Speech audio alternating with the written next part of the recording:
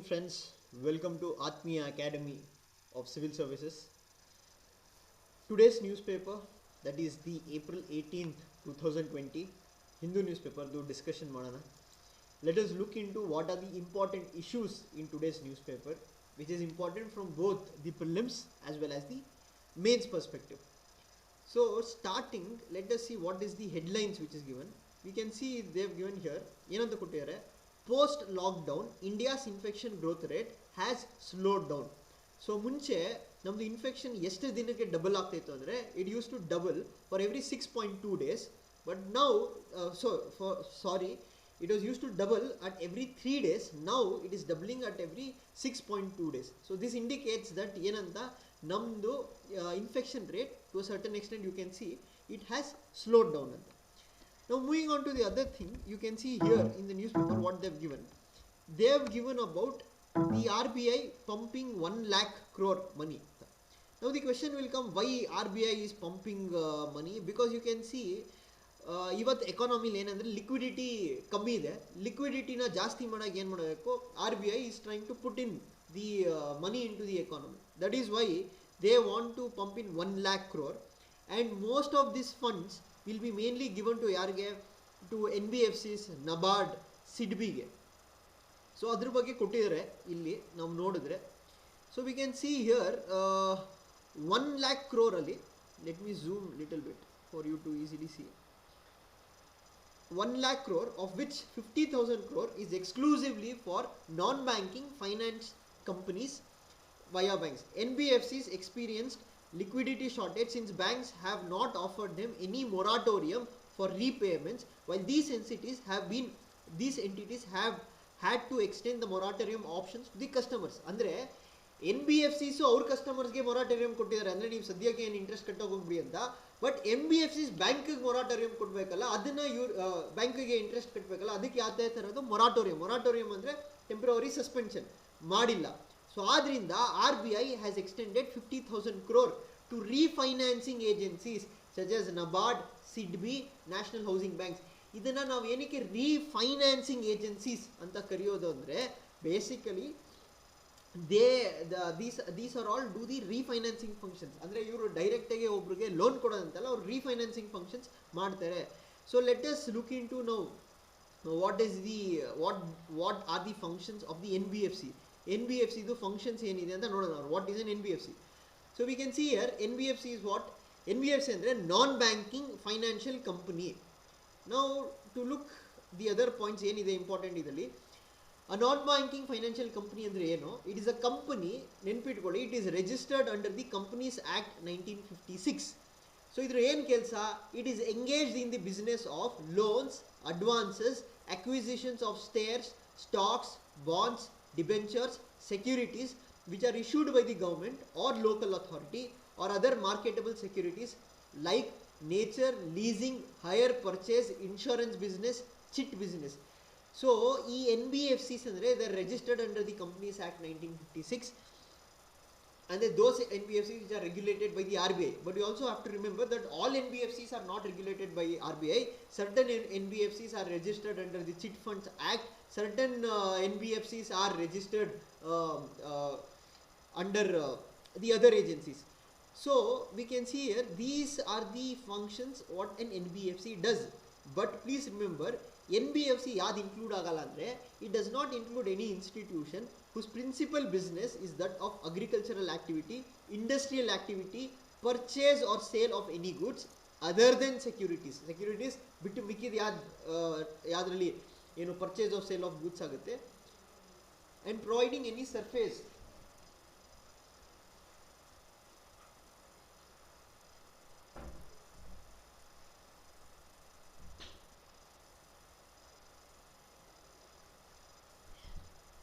and providing any services, sales, purchase, construction of immovable property. So NBFCs are doing functions similar to banks ಅಲ್ವಾ? Banks loan ಕೊಡ್ತಾರೆ, NBFC loan ಕೊಡ್ತಾರೆ. But what is the difference between NBFC and bank? Let us C. ಒಂದು, NBFCs lend and make investments, hence their activities are similar to that of a bank. However, there are differences. ಒಂದೇನು ಅಂದರೆ, NBFC cannot accept demand deposits. ಇವರು demand ಡೆಪಾಸಿಟ್ಸ್ನ accept ಮಾಡೋಕ್ಕಲ್ಲ, ಬರೀ time ಡೆಪಾಸಿಟ್ಸ್ನ ಇವರು accept ಮಾಡ್ಬೋದು. So ಇದು ನಿಮ್ಮ basic ಎಕನಾಮಿಕ್ಸಲ್ಲಿ ಹೋಗಿ try to look in to what do you mean by time deposit and what do you mean by demand deposit. For example, if I keep a deposit in a bank and ನಾಳೆ ನಾನು ಡೆಪಾಸಿಟ್ನ ತೆಗಿಬೇಕು ಅಂದರೆ ಅದನ್ನು demand deposit, ಅಂದರೆ ನನ್ನ demand ಮೇಲೆ deposit ನಾವು return ಮಾಡಬೇಕು. ಟೈಮ್ ಡೆಪಾಸಿಟ್ಸ್ ಅಂದರೆ ನಾವು ಇವಾಗ ಫಿಕ್ಸ್ಡ್ ಡೆಪಾಸಿಟ್ಸ್ ಇಟ್ಟಿರ್ತೀವಲ್ಲ, 5 ವರ್ಷವರೆಗೂ ನಾವು ದುಡ್ಡು ಎತ್ತಾಗಲ್ಲ ಅಂತ, ಅದನ್ನು ನಾವು fixed deposits. So NBFCs can take fixed deposits but they cannot take demand deposits.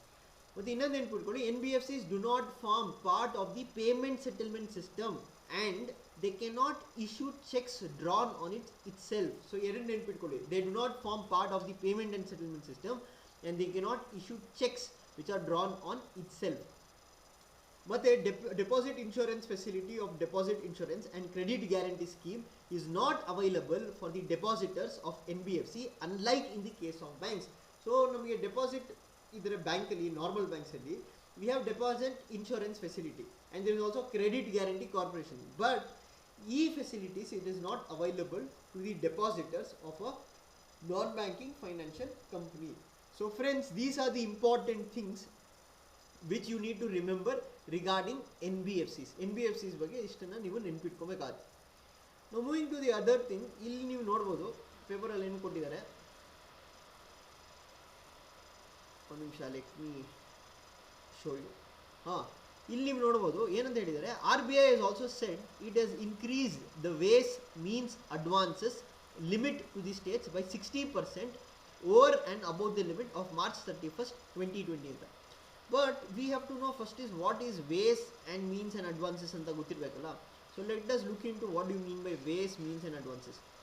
The Reserve Bank of India, ನೆನ್ಪಿಟ್ಕೊಳ್ಳಿ, RBI gives a temporary loan facilities to the center and the state governments. ಎಲ್ಲೂ ನೆನ್ಪಿಡ್ಬೇಕು ಇಲ್ಲಿ, center and the state governments, as the RBI acts as a banker to the government. This is a temporary loan facility, the temporary period ಕೊಡೋದು, which is called as ways and means advances. So temporary loan given by the RBI to central and the state governments, it is called as ways and means advances. So ಇದು ಯಾವಾಗ ಬಂತು? It is a mechanism to provide to the states to help them to tide over their temporary mismatches in cash flow. ಅಂದರೆ ಸ್ಟೇಟ್ಸ್ಗೆ ಯಾವಾಗ ಹಣಕಾಸಿಂದ ಅಭಾವ ಆದಾಗ ಅದನ್ನು fulfil ಮಾಡೋಕ್ಕೆ, cash ಕೊಡೋದಕ್ಕೆ ಈ ಮೆಕ್ಯಾನಿಸಮ್ನ ಮಾಡಿದ್ದು. It was introduced in April 1st, 1997. ಇದ್ರ ಮುಂಚೆ ಏನಿತ್ತು ಅಂದರೆ there was something called as a 4 decade old, ಅಂದರೆ ಇದು 40 ವರ್ಷದ ಹಿಂದೆಯಿಂದ ಒಂದು ಪ್ರಾಕ್ಟೀಸ್ ಇತ್ತು. ಏನಂದರೆ treasury bills were given to finance the central government deficit. So ಇದನ್ನು ತೆಗೆದುಬಿಟ್ಟು ಇವರು ways and means and advances ಅಂತ ಮಾಡಿದ್ರು. This facilities can be availed by the government if it needs immediate cash from the RBI. RBIಯಿಂದ ಇಮಿಡಿಯೇಟಾಗಿ cash ಬೇಕು ಅಂದರೆ RBI ಈ ಮೀನ್ಸ್ ಥ್ರೂ ಕೊಡ್ತಾರೆ. So the ways means and advances is to be vacated after 90 days. ಅಂದರೆ 90 daysವರೆಗೂ ಇರುತ್ತೆ. ನೀವು 90 days ಒಳಗಡೆ ಸಾಲ ವಾಪಸ್ ತೀರಿಸಬೇಕು. ಮತ್ತು ಅದಕ್ಕೊಂದು ಇಂಟ್ರೆಸ್ಟ್ ರೇಟು ಫಿಕ್ಸ್ ಆಗಿರುತ್ತೆ for the ways means and advances, and it is currently charge at the repo rate. Repo rate ಏನಿದೆ ಬ್ಯಾಂಕ್ಸಲ್ಲಿ ಆ ರೇಟಲ್ಲಿ ಚಾರ್ಜ್ ಮಾಡ್ತಾರೆ. ಬಟ್ ಅಗೇನ್ ಇಲ್ಲಿ ನಿಮಗೆ ಇನ್ನೊಂದು basic question, basics of economics, what is repo rate? So I think many of you will know repo rate is nothing but when the banks borrow from the RBI by depositing their by keeping their what do you say bonds as a collateral, and they borrow money from the RBI, the interest rate which they have to pay for that, it is called as the repo rate. The limits of the ways, means and advances are mutually decided by the RBI and the Government of India. ಅಂದರೆ ಎಷ್ಟು ದುಡ್ಡು ತೊಗೊಂಬಂದು decide ಮಾಡೋದು ಯಾರು? It is the RBI and the Government of India. Please remember this much regarding what do we mean by ways and means advances ಅಂತ. ಅರ್ಥ ಆಯಿತು ಅಂದ್ಕೊಂಡಿದ್ದೀನಿ ಇದರಲ್ಲಿ. So moving on to the next topic. So ನೀವು ಇಲ್ಲಿ ನೋಡ್ಬೋದು they have given about minor forest produce ಅಂತ.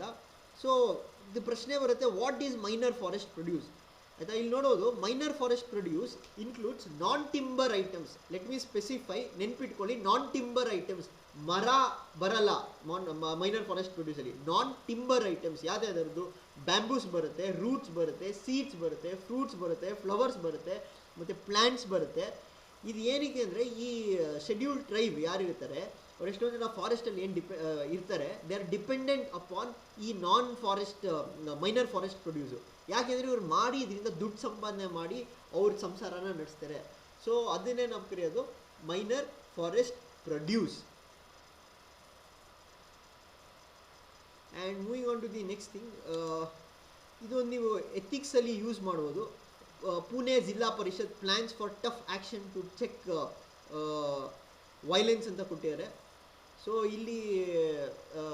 ಇಲ್ಲಿ ಅವರು ಕೊಟ್ಟಿದ್ದಾರೆ ಪುಣೆ ಜಿಲ್ಲಾ ಪರಿಷತ್ ಏನೇನು ಮಾಡ್ತಾರೆ ಅಂತ. You can see they are using domestic violence act 2005, criminal law amendment act 2003, that is the Nirbhaya act ಕೆಳಗಡೆ. ಮತ್ತು ಅವರು ಏನು ಒಂದು ವಿಜಿಲೆನ್ಸ್ ಕಮಿಟಿ ಅಂತ ಮಾಡಿಬಿಟ್ಟು which consist of women from 3 agencies, ಅಂದರೆ women and child department, anganwadi workers, self help groups ಅಂತ. ನೀವು ಇದೆಲ್ಲ ಓದ್ಕೊಬೋದು ಇದರಲ್ಲಿ. ಬಟ್ ನಾನು let me point out here there is something called as UN ring the bell campaign ಅಂತ. ಏನು ಇದು UN ring the bell campaign? Let us look in to it. See UN ring the bell campaign ಅಂದರೆ, ring the bell campaign it is a campaign launch by UN to stop violence against the women. ಅದನ್ನು ನಾವು ನಮ್ಮಲ್ಲಿ bell Bajao ಅಂತಲೂ ಕರಿತೀವಿ. It is a global initiative that encourages individuals, organizations, both public and private, to take concrete action on violence against women. That is called as the ring the bell campaign anta. So ನಿಮಗೆ ನಾಳೆ prelims ಪ್ರಶ್ನೆ ಬರ್ಬೋದು, ring the bell campaign, it is associated with which of the following? Option A, against violence against women. Option B, it is violence against animals. Option C, it is violence against children ಅಂತ ಈ ಥರ ಕೊಡ್ಬೋದು. ಅವಾಗ ನೀವು ನೋಡಿ, it is a campaign against violence against women. Now moving on to the next thing, let us see what else is important in today's newspaper. ಈ state ಕಾಲಮಲ್ಲಿ ಯಾವುದೋ ಅಂತ ಇಂಪಾರ್ಟೆಂಟ್ ಏನಿಲ್ಲ. See here, officer suspended during the car festival during lockdown. See in few days back we had an issue on this Tablighi incident ಅಲ್ವಾ. ಸೊ ಏನಂದರೆ, Tablighi incident ಆದಾಗ they are many people from the Muslim community who had assembled at a particular place. ಅದಾದಮೇಲೆ ಏನಾಯಿತು, you can see many people blamed the Muslims, the whole Muslim community for what was happening. See that is why will tell, we cannot blame any one community. ಆ community ಇಲ್ಲಿ ಇರೋರು ಕೆಲವ್ರನ್ನ ನಾವು blame ಮಾಡ್ಬೋದು. But ಇಲ್ಲೇನಾಗಿದೆ ನೋಡಿ, ಇವಾಗ ಈ ಕಲಬುರಗಿ ಡಿಸ್ಟ್ರಿಕ್ಟಲ್ಲಿ ಈ Siddhalingeshwara temple car festival ಎಷ್ಟೊಂದು ಜನ ಸೇರಿದ್ದಾರೆ. Now can we blame the whole Hindus for this? See that is why we should not blame any community for the crime or the few bad precedents set by few members of the committee. ಆಯಿತಾ, ಕೆಲವ್ರು ಮಾಡಿರೋ ತಪ್ಪಿಗೆ ಇಡೀ ಕಮ್ಯುನಿಟಿಯನ್ನು ನಾವು punish ಮಾಡೋಕ್ಕೆ ಹೋಗ್ಬಾರ್ದು. So ಇಲ್ಲಿ ನೋಡಿ, ಇಲ್ಲಿ ಏನು ಇನ್ನೊಂದು ಇನ್ಫಾರ್ಮೇಷನ್ ಇದೆ. ದ ಫಸ್ಟ್ ಕೋವಿಡ್ ಡೆತ್ ಇಂಡಿಯಾದಲ್ಲಿ, first patient to die of covid was from Karnataka. He was from Kalaburagi. ನೆನ್ಪಿಟ್ಕೊಳ್ಳಿ, ಕಲಬುರ್ಗಿ. ಓಕೆ, ನಾವು moving on to the next thing, next important issue. ಈ ಅಕ್ರಮ ಸಕ್ರಮ ಸ್ಕೀಮ್ ಅಂತ ಕೊಟ್ಟಿದ್ದಾರೆ. ದ ಗೌರ್ಮೆಂಟ್ ಆಫ್ ಕರ್ನಾಟಕ ಅವರು ಈ ಅಕ್ರಮ ಸಕ್ರಮ ಸ್ಕೀಮ್ನ ರಿವೈವ್ ಮಾಡಬೇಕು ಅಂತಾರೆ. ತಿರ್ಗಾ ಮುಂಚೆ ಇತ್ತು, ಇದನ್ನು ವಾಪಸ್ ತರಬೇಕು ಅಂತಾರೆ. ಯಾಕೆ ಅಂದರೆ ಇದರಿಂದ ಗೌರ್ಮೆಂಟ್ಗೆ ರೆವಿನ್ಯೂ ಬೇಕು. ಏನಕ್ಕೆ ರೆವಿನ್ಯೂ ಬೇಕು? You can see, because of the corona issue the government has lost many revenue ಅಲ್ವಾ. ಇವಾಗ ಬಾರ್ಸ್ ಕ್ಲೋಸ್ ಡೌನ್ ಆಗಿದೆ, ಆಲ್ಕೋಹಾಲಿಂದ ಏನು ರೆವಿನ್ಯೂ ಬರ್ತಾಯಿತ್ತು ಅದು ರೆವಿನ್ಯೂ ಇಲ್ಲ. ಮತ್ತು ಟ್ರಾನ್ಸ್ಪೋರ್ಟೇಷನ್ ಫೆಸಿಲಿಟೀಸ್ ಇರ್ತಿಲ್ಲ. ಸೊ ಸಾರಿಗೆ ಡಿಪಾರ್ಟ್ಮೆಂಟಿಂದ ಏನು ರೆವಿನ್ಯೂ ಬರಬೇಕಾಯಿತು ಬರ್ತಾ ಇಲ್ಲ. GST ಕಲೆಕ್ಷನ್ಸ್ ಡೌನ್ ಆಗಿದೆ. ಸೊ ಅದರಿಂದ ರೀಸೆಂಟಾಗಿ ನೀವು ನೋಡಿದ್ರಿ, ಅವರು government came out with telling that they want to auction the BDA sites. Okay. Similarly, the one more measure which the government of Karnataka has taken is the Akrama Sakrama scheme. Akrama Sakrama scheme andrenu, it is a scheme to regularize illegal buildings to generate additional revenue. Andre ee scheme alli ಏನು ಮಾಡ್ತಾರೆ, if ಯಾವ್ದಾದ್ರು irregular buildings ಕಟ್ಟಿದ್ದೀರಾ, ಆ buildings is not per the government norms, ಅದು ಏನಂದ್ರೆ illegal buildings ಆಗಿದ್ದರೆ ಒಂದು chance ಅವಕಾಶ ಕೊಡ್ತಾರೆ. ನೀವಿಷ್ಟು ಪೆನಾಲ್ಟಿ ಕಟ್ಬಿಟ್ಟು ಅದನ್ನು ರೆಗ್ಯುಲರೈಸ್ ಮಾಡ್ಕೊಬೋದು, ಅದನ್ನು ಲೀಗಲೈಸ್ ಮಾಡ್ಬೋದು. ಅದನ್ನೇ ನಾವು ಕೇಳೋದು ಅಕ್ರಮ ಇರೋದನ್ನ ಸಕ್ರಮ ಮಾಡೋದು ಅಂತ. That is why the scheme is called as ಅಕ್ರಮ ಸಕ್ರಮ. ಸೊ ಇದರಿಂದ ಏನು ಗೌರ್ಮೆಂಟ್ದು plan is that they can generate extra revenue. ಬೇಕಾದ್ರೆ ಸ್ಟೇಟ್ಗೆ ದುಡ್ಡು ಬೇಕಲ್ಲ, ಗೌರ್ಮೆಂಟ್ ಸ್ಯಾಲ್ರಿ ಕೊಡಬೇಕು, ಬಡವ್ರಿಗೆ ಊಟ ಕೊಡಬೇಕಾಗತ್ತೆ, ಸೊ ಬೇರೆ ಫೆಸಿಲಿಟೀಸ್ ಕೊಡಬೇಕಾಗತ್ತೆ. So that is one of the reason why government is looking towards to reviving the Akrama Sakrama scheme. Now let us see here few details kottare. According to the estimates, there are 2.93 lakhs unauthorized buildings in Bengaluru and more than 35 lakhs across the states. The government officials have said that unauthorized houses in areas other than Bangalore, double the tax would have to be paid for regularization. The law permits imposition of 6% penalty on buildings which have violated up to 50%, and above 50% violation agidre avag fine will be increased up to 25% of the market price for the regularization of the construction. So friends ಇಷ್ಟನ್ನ ನೆನ್ಪಿಟ್ಕೊಳ್ಳಿ ನೀವು ಅಕ್ರಮ ಸಕ್ರಮ ಸ್ಕೀಮ್ಗೆ. ಮತ್ತು ಇನ್ನೊಂದು important point ಇಲ್ಲಿ ನೆನ್ಪಿಟ್ಕೊಳ್ಳಿ, Akrama Sakrama will work as a one time scheme to regularise violation but does not address the system that allows this violation to happen. ಅದು ಬರೀ ಒಂದೇ ಸತಿ ನೀವು ತಿರ್ಗಾ ಇವಾಗ ಮಾಡಿಬಿಟ್ಟು ಇನ್ನೊಂದು ಸತಿ ನಾವು ಒಂದು ಇಲ್ಲಿಗಲ್ ಬಿಲ್ಡಿಂಗ್ ಕಟ್ಟಿ ತಿರ್ಗಾ ಅದನ್ನು ಸಕ್ರಮ ಮಾಡ್ಕೊತೀವಿ ಅಂದರೆ ಆಗಲ್ಲ. ಓಕೆ, ಸೊ ಇದು ಅಕ್ರಮ ಸಕ್ರಮ ಸ್ಕೀಮ್ ಬಗ್ಗೆ. ಮತ್ತು ಇಲ್ಲಿ ನೋಡಿ ಕರ್ನಾಟಕ ಅಡ್ಮಿನಿಸ್ಟ್ರೇಟಿವ್ ಟ್ರಿಬ್ಯುನಲ್ಸ್ ಬಗ್ಗೆ ಒಂದು ನ್ಯೂಸ್ ಬಂದಿದೆ. I won't go to it. ನೀವು ಲಕ್ಷ್ಮೀಕಾಂತ್ ಬುಕ್ಕಲ್ಲಿ ಸ್ಟೇಟ್ ಏನು ಅಡ್ಮಿನಿಸ್ಟ್ರೇಟಿವ್ ಟ್ರಿಬ್ಯುನಲ್ಸ್ ಬಗ್ಗೆ ಸ್ವಲ್ಪ ನೋಡ್ಕೊಳ್ಳಿ, ಅವಾಗ ನಿಮ್ಗೆ ಗೊತ್ತಾಗುತ್ತೆ. ಒಂದು ಸೆಂಟ್ರಲ್ ಅಡ್ಮಿನಿಸ್ಟ್ರೇಟಿವ್ ಟ್ರಿಬ್ಯುನಲ್ ಅಂತ ಇದೆ, ಹಾಗೆ ಸ್ಟೇಟ್ ಲೆವೆಲಲ್ಲೂ ಸ್ಟೇಟ್ ಅಡ್ಮಿನಿಸ್ಟ್ರೇಟಿವ್ ಟ್ರಿಬ್ಯುನಲ್ಸ್ ಇದೆ. ಯಾವ ಆರ್ಟಿಕಲಲ್ಲಿ ಬರುತ್ತೆ, ಏನು ಪ್ರೊವಿಷನ್ಸ್ ಇದೆ ಅಂತ ನೀವು ಸ್ವಲ್ಪ ನೋಡ್ಕೊಬೇಕು. Why? Because it can come in polity. Now moving on to the next thing, let us see what else is important in the newspaper. Okay, see here they've given the new indigenous kit may accelerate testing anta. So Department of Science and Technology ಅವರು they've come out or developed ಒಂದು ಹೊಸ ಟೆಕ್ನಾಲಜಿನ develop ಮಾಡಿದ್ದಾರೆ. ಇದನ್ನು rapid diagnostic test ಅಂತ ಕೊಟ್ಟಿವಿ. ಇದರಿಂದ use ಏನಂದರೆ it can potentially speed up the testing of a batch of suspended COVID-19 sample by 15 times and cut the cost by 2/3. ಅಂದರೆ ಇದು ಟೈಮು ಬೇಗ ಮಾಡುತ್ತೆ ಮತ್ತು ಕಾಸ್ಟ್ ಕಟ್ಟಿಂಗು ಆಗುತ್ತೆ. ಸೊ ಇಲ್ಲಿ ನೋಡೋಣ, rapid reverse transcriptase polymerase chain reaction, that is the RT-PCR test ಅಂತ ಏನು ಇದು ಗ್ಲೋಬಲ್ ಸ್ಟ್ಯಾಂಡರ್ಡ್ಸಲ್ಲಿ ಮಾಡ್ತಾ ಇರೋದು, which is declared as the gold standard for detecting the virus. ಈ ಟೆಸ್ಟಲ್ಲಿ ಏನು ಮಾಡ್ತಾರೆ, it involves extracting the RNA ತೆಗಿತಾರೆ. ಎಲ್ಲಿಂದ? ಫ್ರಮ್ ದಿ ಸ್ವ್ಯಾಬ್ ಅಂದ್ರೇನು, ಇದು ಕಫ ಇವ್ರದ್ದು ಯಾರ್ದು ಪೇಷಂಟ್ದು, and it is collected from the throat or the nose and it is converted in to DNA, magnifying the quantity of DNA and using the chemical probes to bind the target genes that distinguish SARS-CoV from the other viruses. But ಇದ್ರ problem ಏನಂದರೆ, ಈ rapid reverse transcriptase polymerase chain reaction test it take 2 hours to extract RNA from a given batch of sample and further analysis may take up 2.5 hours to detect whether the presence of the virus in the given batch. ಅರ್ಥ ಆಯ್ತಲ್ವ? ಇದು 2 hour ತೊಗೊಂಡಿದೆ test ಮಾಡೋಕ್ಕೆ. So ಆದ್ರಿಂದನೇ ಇವರು department of science and technology ಹೊಸ method ಯಾವ್ದು employ ಮಾಡಿರೋದು, that is called reverse transcriptase loop mediated amplification of viral nucleic acid ಅಂತ, ಆರ್ ಶಾರ್ಟ್ ಫಾರ್ಮ್ RT-LAMP. ಇದೇನು ಮಾಡುತ್ತೆ ಅಂದರೆ, it zooms the region on which the virus nucleocapsid gene and it analyzes a batch in 10 minutes. ಇದರಲ್ಲಿ 2 hour ತೊಗೊಳುತ್ತೆ, ಇದು 10 ನಿಮಿಷದಲ್ಲಿ ಮಾಡೋದುತ್ತೆ. ಅದಲ್ದಿರ ಮೂರನೇ test ಇದೆ. The ಮೂರನೇ ಟೆಸ್ಟ್ ಹೆಸರು NGene test, which is a confirmatory test which is usually used in Japan, Germany and among other countries. So friends, ಇದು ನಿಮಗೆ ಪ್ರಿಲಿಮ್ಸಲ್ಲಿ ಕೇಳ್ಬೋದು, ಈ rapid reverse transcriptase polymerase chain ರಿಯಾಕ್ಷನ್ಗೂ RT-LAMP ಟೆಸ್ಟ್ಗೂ ಏನು ಡಿಫ್ರೆನ್ಸು, RT-LAMP ಟೆಸ್ಟ್ ಯಾರು ಮಾಡಿರೋದು, department of science and technology, ಇದು ಅಡ್ವಾಂಟೇಜ್ ಏನು, ಮತ್ತು which are the tests which are used for testing Covid ಅಂತ ಕೇಳ್ಬೋದು. ಅವಾಗ ನೀವು ಆಪ್ಷನ್ಸ್ ಕೊಡ್ಬೋದು, rapid RT-PCR, RT-LAMP, NGene test ಅಂತ ನೆನ್ಪಿಟ್ಕೊಳ್ಳಿ. ಮೂರೂ it is used for testing the covid. ಅರ್ಥ ಆಯ್ತಲ್ವಾ? Okay, so moving on to the next part in the newspaper, let us see what else is there. Now coming to here, ನಾವು starting news ಪೇಪರಲ್ಲಿ ನೋಡಿದ್ವಿ ಈ SIDBI bank ಬಗ್ಗೆ ಓಡಿದ್ವಿ. ಇವಾಗ bank ಏನೋ the RBI has given money of 1 lakh crore. ಅದರಲ್ಲಿ ಕೆಲವು part ಒಂದು ನೋಡಿದ್ವಿ, ನ್ಯಾಷನಲ್ ನಾನ್ ಫೈನಾನ್ಷಿಯಲ್ ಬ್ಯಾಂಕಿಂಗ್ ಕಾರ್ಪೊರೇಷನ್ ಅವ್ರ ಕಂಪನೀಸ್ ಬಗ್ಗೆ. ಇವಾಗ ಸಿಡ್ಬಿ ಬಗ್ಗೆ ನೋಡೋಣ. ಇಲ್ಲಿಗೆ ನ್ಯೂಸ್ ಪೇಪರಲ್ಲಿ ಬಂದಿದೆ. ಸಿಡ್ಬಿ ಅಂದ್ರೇನು? SIDBI is the principal development financial institutions for promotion, financing and development of development of micro, small and medium sector in India. ಆಯಿತಾ? ಸಿಡ್ಬಿ ಮೇನ್ಲಿ ಯಾರು ಫಂಡ್ ಮಾಡ್ತಾರೆ? Micro, small, medium enterprises in India. ಮತ್ತು ಇದು ಎಸ್ಟಾಬ್ಲಿಷ್ ಆಗಿದೆ ಯಾವಾಗ? April 2nd, 1990 through an act of the parliament. ಆದ್ದರಿಂದನೇ ಇದು ಒಂದು ಸ್ಟ್ಯಾಟ್ಯೂಟರಿ ಬಾಡಿ. ಸಿಡ್ಬಿದು ಹೆಡ್ ಕ್ವಾರ್ಟರ್ಸ್ ಎಲ್ಲಿ ಬರುತ್ತೆ? ಇಟ್ ಕಮ್ಸ್ ಇನ್ ಲಕ್ನೌ, ಉತ್ತರ ಪ್ರದೇಶ್. ಸಿಡ್ಬಿದು ಏನು main aim? To facilitate and strengthen the credit flow to MSMEs and address both the financial and development gaps in the MSME ecosystem across the country. So currently the shares of the SIDBI are held by the central government and 29 other institutions including the public sector bank, insurance companies which are controlled by the central government.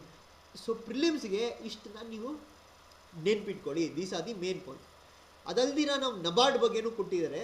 ಇಲ್ಲಿ ನೀವು ನೋಡಿರ್ಬೋದು here the ಇದು SIDBI, NABARD ಮತ್ತು NHB ಅಂತ. What is NABARD ನೋಡೋಣ. NABARD is the National Bank for Agricultural Rural Development. It is a development bank which focus primarily on rural sector of the country. ಇದು ಅದು ಯಾವುದು ಸಿಡ್ಬಿ ಯಾವುದಕ್ಕೆ MSMEಸ್ಗೆ, NABARD ಯಾವುದಕ್ಕೆ rural sector of the country, mainly ಅಗ್ರಿಕಲ್ಚರ್ಗೆ. It is the apex banking institution to provide finance for agriculture and rural development. Its headquarters is located in Mumbai. Headquarters of SIDBI located in Lucknow. Headquarters of NABARD is located in Mumbai. ಅದಾದಮೇಲೆ it is a statutory body. ಇದೂ ಒಂದು statutory body. It was established in 1982. SIDBI establish ಆಗಿದ್ದು ಯಾವಾಗ? 1990. ಇದು ಯಾವಾಗ ಆಗಿದ್ದು? 1982. ನೆನ್ಪಿಟ್ಕೊಳ್ಳಿ ಇವೆಲ್ಲ, ಯಾಕೆಂದರೆ ನಾಳೆ ಕೇಳ್ಬೋದು ಪ್ರಿಲಿಮ್ಸಲ್ಲಿ. ಕ್ರೋನಾಲಜಿಕಲ್ ಆರ್ಡ್ರಲ್ಲಿ ಅರೇಂಜ್ ಮಾಡಿ ಯಾವುದು ಫಸ್ಟ್ ಎಸ್ಟಾಬ್ಲಿಷ್ ಆಗಿದ್ದು, ಯಾವುದು ಸೆಕೆಂಡ್ ಎಸ್ಟಾಬ್ಲಿಷ್ ಆಗಿದ್ದು ಅಂತ. So it was created under the NABARD Act 1981. So functions ಏನು ಮಾಡುತ್ತೆ NABARD? It is mainly aim at building an empowered and financial inclusive rural India through specific goal oriented departments which are characterized under 3H: financial, development and supervision. ಏನು ಕೆಲಸ ಮಾಡುತ್ತೆ ಇದು? It provides refinance support to building rural infrastructure. ಅಂದರೆ ನಬಾರ್ಡ್ ಅವರು ಬೇರೆ ಬ್ಯಾಂಕ್ಸ್ಗೂ ಸಾಲ ಕೊಡ್ತಾರೆ. NABARD prepares a district level credit plan guiding motivating banking industry in achieving this targets. It supervises, ನೆನ್ಪಿಟ್ಕೊಳ್ಳಿ, ಕೋಆಪರೇಟಿವ್ ಬ್ಯಾಂಕ್ಸ್ ಮತ್ತು ರೀಜನಲ್ ರೂರಲ್ ಬ್ಯಾಂಕ್ಸ್. ಆಯಿತಾ? ರೀಜನಲ್ ರೂರಲ್ ಬ್ಯಾಂಕ್ಸ್ ಮತ್ತು ಕೋಆಪರೇಟಿವ್ ಬ್ಯಾಂಕ್ಸ್ದು ಸೂಪರ್ವಿಷನ್ ಬರೋದು ನಬಾರ್ಡ್ಗೆ. ಅದಾದಮೇಲೆ they also help them in developing a sound banking and practices and integrate them to the core banking solution. So core banking solution ಅಂದ್ರೇನು? Core banking solution is a network of branches which enables a customer to operate their accounts and avail the banking services from any branch of the bank on the CBS network regardless where he maintains his account. ಅಂದರೆ ಒಬ್ಬ customer, ನೀವು for example IDBI ಬ್ಯಾಂಕಲ್ಲಿ ಇರ್ತೀರಾ, ನೀವು IDBI ಬ್ಯಾಂಕಲ್ಲಿ multiple branches ಇರುತ್ತೆ. So core banking solution ಏನು ಮಾಡುತ್ತೆ ಅಂದರೆ, ನೀವು ಬರೀ ಆ ಬ್ರಾಂಚಿಂದನೇ ಆಪ್ರೇಟ್ ಮಾಡೋದಂತಲ್ಲ, ನೀವು ಯಾವುದೇ ಬ್ರಾಂಚಲ್ಲಿ ಆಪ್ರೇಟ್ ಮಾಡಿದ್ರು you will become the bank customer. You don't become a branch customer. So branch ಕಸ್ಟಮರಿಂದ ಬ್ಯಾಂಕ್ ಕಸ್ಟಮರ್ ಮಾಡುತ್ತೆ ಯಾವುದು? Core banking solutions. So this was about NABARD, this was about SIDBI. Now let us read about National Housing Bank. See, National Housing Bank is an all India financial institution. ಇದು set up ಆಗಿದ್ದು 1988. ಸೊ NABARD set up ಆಗಿದ್ದು 1982, National Housing Bank 1988, SIDBI is in 1990. ಸೊ ಇದೂ ಒಂದು statutory body. It was established under National Housing Banking Act 1987. So it is an apex body which is established to operate the principal agency to promote housing finance institution both. ಅಂದರೆ ಇದು housing finance institution ಯಾರು ಇರ್ತಾರೋ ಅವ್ರಿಗೆ ಸಾಲ ಕೊಡ್ತಾರೆ. ಅದಕ್ಕೆ ಇದನ್ನು ನಾವು ಕೇಳೋದು ರೀಫೈನಾನ್ಸಿಂಗ್ ಏಜೆನ್ಸಿ. ಇದು ಡೈರೆಕ್ಟಾಗಿ ಕಸ್ಟಮರ್ಗೆ ಸಾಲ ಕೊಡಲ್ಲ. ಬಟ್ ಇವಾಗ ಕೆಲವರು ಬ್ಯಾಂಕ್ಸ್, ಕೆಲವರು ಇನ್ಸ್ಟಿಟ್ಯೂಷನ್ಸ್ ಇರುತ್ತೆ, ಯಾರು ಜನಕ್ಕೆ ಸಾಲ ಕೊಡ್ತಾರೆ ಅವ್ರಿಗೆ, ಇಲ್ಲ ಬ್ಯಾಂಕ್ಸ್ ಇರ್ಬೋದು, ಯಾರು ಹೌಸಿಂಗ್ ಲೋನ್ಸ್ ಕೊಡ್ತಾರೆ ಅಂಥ ಬ್ಯಾಂಕ್ಸ್ಗೆ ಇವರು ದುಡ್ಡು ಕೊಡ್ತಾರೆ. ಸೊ ಇದ್ರ ಕೆಲಸ National Housing Bank. But here there is a note, ನೆನ್ಪಿಟ್ಕೊಳ್ಳಿ. Reserve Bank of India recently ಏನು ಮಾಡಿದ್ದಾರೆ? They sold their entire stakes in NABARD and the National Housing Bank. RBIದು ಏನು ಶೇರ್ ಇತ್ತು ನಬಾರ್ಡಲ್ಲಿ ಮತ್ತು ನ್ಯಾಷನಲ್ ಹೌಸಿಂಗ್ ಬ್ಯಾಂಕಲ್ಲಿ, they completely sold their shares. This decision to disinvest the entire stake was based on the recommendation of the Narsimhan Committee. Second Narsimhan Committee recommendation alli ivaru ಮಾಡಿದ್ದು. So as of now the government of India holds 100% stakes both in National Housing Bank and NABARD.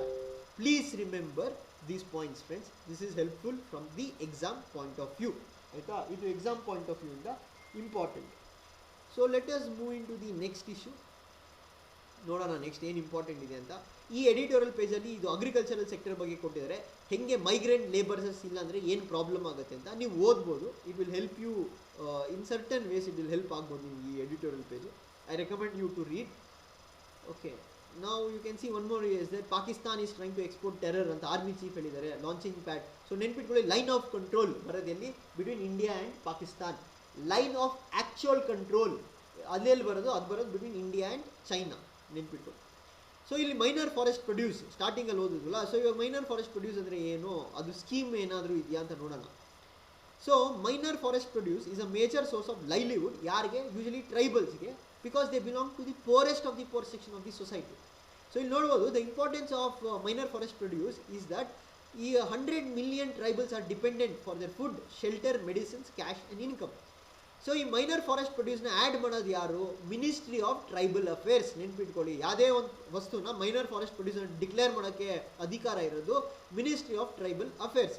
So ನೀವು ನೋಡ್ಬೋದು, ಇವಾಗ total ಆಗಿ 49 ಪ್ರಾಡಕ್ಟ್ಸ್ನ ನಾವು minor forest produce ಅಂತ ಸ್ಕೀಮಲ್ಲಿ, ಅದೇ ಅಂದರೆ ಈ ಮಿನಿಸ್ಟ್ರಿ ಆಫ್ ಟ್ರೈಬಲ್ ಅಫೇರ್ಸ್ ಅವರು ಮಿನಿಮಮ್ ಸಪೋರ್ಟ್ ಪ್ರೈಸ್ ಕೊಡ್ತಾರೆ. ಯಾವುದಕ್ಕೆ? ಮೈನರ್ ಫಾರೆಸ್ಟ್ ಪ್ರೊಡ್ಯೂಸ್ಗೆ. ಆಯಿತಾ? ಅದೊಂದು scheme where they suppose the minimum support price for the minor forest ಪ್ರೊಡ್ಯೂಸ್ಗೆ. ಸೊ ಇವಾಗ ನೋಡೋಣ ನಾವು ಇಲ್ಲಿ ಈ 9 ಐಟಮ್ಸ್ಗೆ ರೀಸೆಂಟಾಗಿ ಇನ್ಕ್ಲೂಡ್ ಮಾಡಿದ್ದಾರೆ. ಯಾವ ಈ 9 ಐಟಮ್ಸು? ಬಕುಲ್ ಅಂದರೆ ಡ್ರೈಡ್ ಬಾರ್ಕ್, ಕುಡ್ಜಾ, ನೋಯ್ನಿ, ಮತ್ತು ಚನೋತಿ ಸೀಡ್ಸ್ ಎಕ್ಸೆಟ್ರಾ. ಈ ಥರದ್ದು 8 ಪ್ಲ್ಯಾಂಟಲ್ಲಿ ನೀವು ನೋಡ್ಬೋದು they've included under the minor forest produce. So ಈ ಸ್ಕೀಮ್ ಬಗ್ಗೆ ನೋಡೋಣ. What is that about minor forest produce ಮತ್ತು ಏನು minimum support price for the minor forest produce product scheme. ಈ ಸ್ಕೀಮ್ ಪ್ರಕಾರ ನಾವು ನೋಡ್ಬೋದು ಇಲ್ಲಿ. Let us see here, 1 minute. ಸೊ ನಾವು ಇಲ್ಲಿ ನೋಡ್ಬೋದು ಈ MSP for MFN scheme was started by the central government in 2013. ಏನಕ್ಕೆ ಮಿನಿಮಮ್ ಸಪೋರ್ಟ್ ಪ್ರೈಸ್ ಕೊಡ್ತಾರೆ? ಯಾರಿಗೆ? ಈ ಮೈನರ್ ಫಾರೆಸ್ಟ್ ಪ್ರೊಡ್ಯೂಸ್ಗೆ. To ensure fair and remunerative price for the MFP gatherers. So ನೀವು ಎಕನಾಮಿಕ್ಸ್ ಬೇಸಿಕ್ಸ್ ಓದಿದರೆ please read about what is minimum support price ಅಂತ ನಿಮಗೊಂದು idea ಬರುತ್ತೆ. ಅದಾದಮೇಲೆ the scheme is designed as a social safety net for the improvement of livelihood of the minor forest produce gatherers and providing them a fair price for the minor forest produce which they collect. The scheme has been started with the objective of providing fair price for the MFN gatherers and enhance their income level and ensure sustainable harvesting of the MFPs. The minimum support price seeks assurance of buying at a particular price, primary processing, storage, transportation, etc. while ensuring sustainability of the resource base. So ನೆನ್ಪಿಟ್ಕೊಳ್ಳಿ, ಈ MSP scheme ಕೆಳಗಡೆ they seeks assurance of buying at a particular price, processing ಇರ್ಬೋದು, transportation fees ಎಲ್ಲನೂ include ಆಗಿರುತ್ತೆ. And ಈ implementation of the scheme ನೋಡಿದಾಗ ಯಾರು implement ಮಾಡ್ತಾರೆ ಅಂತ ನಾವು ನೋಡಿದಾಗ the scheme is implemented by ministry of tribal affairs, that is the government of India. ಇದು nodal agency for implementing the scheme. ಅದಾದಮೇಲೆ the implementation of scheme which will announce, ಅಂದರೆ ministry of tribal affairs announce ಮಾಡೋದು minimum support ಪ್ರೈಸ್ನ with the technical support. ಇದಕ್ಕೆ support advice ಕೊಡೋದು ಟ್ರೈಫೆಡ್. ಆಯಿತಾ? ಟ್ರೈಫೆಡ್ ಅಂತ ಒಂದು ಬಾಡಿ ಇದೆ, ಇವ್ರು ಮಾಡ್ತಾರೆ. ಮತ್ತು TRIFED will act as the central nodal agency for the implementation and monitoring of the scheme through state level implementing agencies. So friends, ಇಷ್ಟನ್ನ ನೆನ್ಪಿಟ್ಕೊಳ್ಳಿ. ಅದು plus but I want you to study extra. ಏನು ಅಂದರೆ ಈ ಟ್ರೈಫೆಡ್ ಅಂದರೆ ಏನು, TRIFED ಏನು ಕೆಲಸ ನೋಡ್ಕೊಳ್ಳಿ.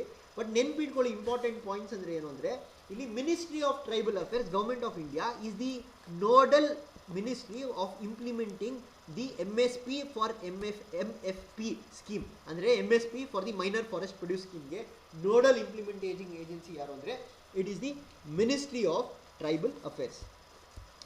Let us move on to the next issue. Let us see what else is important in today's newspaper. Okay, ಇಲ್ಲಿ ಬಂದರೆ ಇಲ್ಲೊಂದು ಇಶ್ಯೂ ಇದೆ ನೋಡೋಣ.